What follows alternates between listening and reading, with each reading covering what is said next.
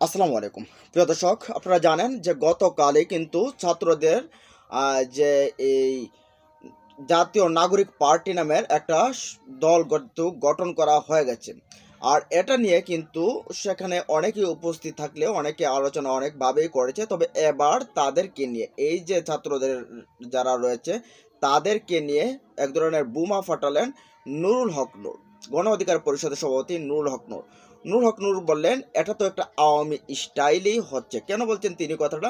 তিনি বলছেন যে এই যে দলটা গঠন করলেন, এরা নির্বাচন করবে, সেখানে আবার তাদের প্রতিনিধি রয়েছে যেমন আসিফ মাহমুদ এবং মাহফুজ আলম, তারা রয়েছে সরকারে। ঠিক তেমনইভাবে আওয়ামী লীগ সরকারে থেকেই বিগত নির্বাচনগুলো করেছিল।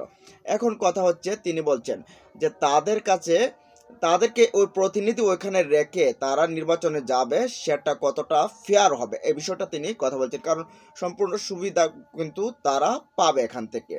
তারপর তারা বলছেন যে তাদের যে ভয়াবহ বিভিন্ন কর্ম রয়েছে তার সেগুলো নিয়েও বলছেন, বিভিন্নখানে চাঁদা টাদা এগুলো নিয়েও কিন্তু কথা বলছেন নুরুল হক নূর। এখন তিনি কোন পারপাসে কথাগুলো বলছেন একমাত্র নুরুল হক নূর বলতে পারেন। নুরুল হক নূর বলছেন যে এখন এই যে উঠতি বয়সী ছেলেরা, এদেরকে যদি 5 কোটি টাকা দিয়ে অফার করা হয় কারো দিকে যেতে, তারা চলে যাবে অলরেডি। তাদেরকে বা বিভিন্নখানে তারা বল প্রয়োগ করছে। এখন তাদের কথাতে ওসি ডিসি কথা শুনতে বাধ্য হচ্ছে। সরকারে এই যে ছাত্ররা কয়েকজন সমন্বয়ক মিলে তারা এখন যেটা বলে সেটাই হচ্ছে। যদি প্রশাসনকে বলে এই কাজ করো, প্রশাসন এটা করে, ডিসিকে অর্ডার দিচ্ছে, তারা ডিসিকে অর্ডার দিলে সেই কাজটাই তারা করছে। এখন টোটালি ভাবে নূরের কথাতে বোঝা যাচ্ছে যে এই ছাত্র জনতা এই যে দল করেছে তারা, এরাই কিন্তু আবার পরোক্ষভাবে প্রশাসনকে তারা কিন্তু চালাচ্ছে। বলতে বাজার বলেন, প্রশাসন বলেন বা বিভিন্ন জিনিসগুলো যে সাইটগুলো রয়েছেন এখানে তারা চালাচ্ছেন। তার সাথে সাথে আবার আরেক বিষয় আছে যে তিনি বলছেন যে এই যে ছাত্ররা যারা এই দল গঠন করলেন তারাই আবার রাতের আঁধারে আওয়ামী লীগকে পুনর্বাসনের জন্য চেষ্টা করছেন বা চেষ্টা চালিয়ে যাচ্ছেন, বিভিন্ন সেখান থেকে অনেক কিছু পাচ্ছেন, এই বিষয়টা তারা ইঙ্গিত করছে। এখন আপনার কি মনে হয় আসলে? নুরুল হক নূর বলছেন যে সরকারের প্রতিনিধি থেকে একটি রাজনৈতিক সংগঠন করে তারা নির্বাচনে যাবে, সেটা ফেয়ার নির্বাচন হবে না, তার আগে মাহফুজ এবং আসিফ মাহমুদকে পদত্যাগ করতে হবে, যেটা বারবার বিএনপি বলে আসছে।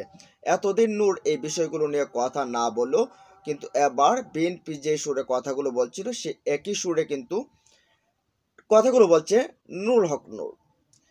এখন তিনি আবার বলছেন যে সেনা প্রধান কি কারণে বলছেন এনাফ ইজ এনাফ, অনেক হয়েছে। তাহলে কারণটা এটাই যে এই ছাত্রদের কারণে, প্রভাবিতার কারণে আজকে বিভিন্ন জায়গায় এই বিশৃঙ্খলাগুলো শেষ করতে পারছে না সরকার।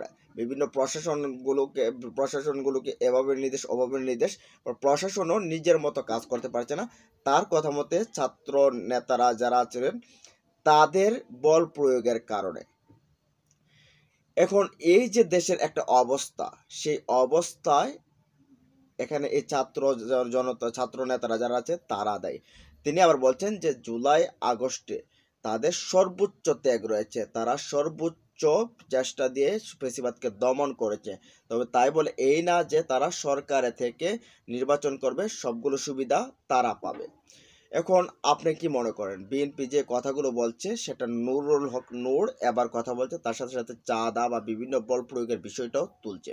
এখন আপনি কি নূরের কথাতে সমর্থন করেন নাকি ছাত্রদের এই বিষয়টা যে আছে যেভাবে আছে সেটাকে সমর্থন করেন? কমেন্ট বক্সে জানিয়ে দিন। ভালো থাকুন, সুস্থ থাকুন, আল্লাহ হাফেজ।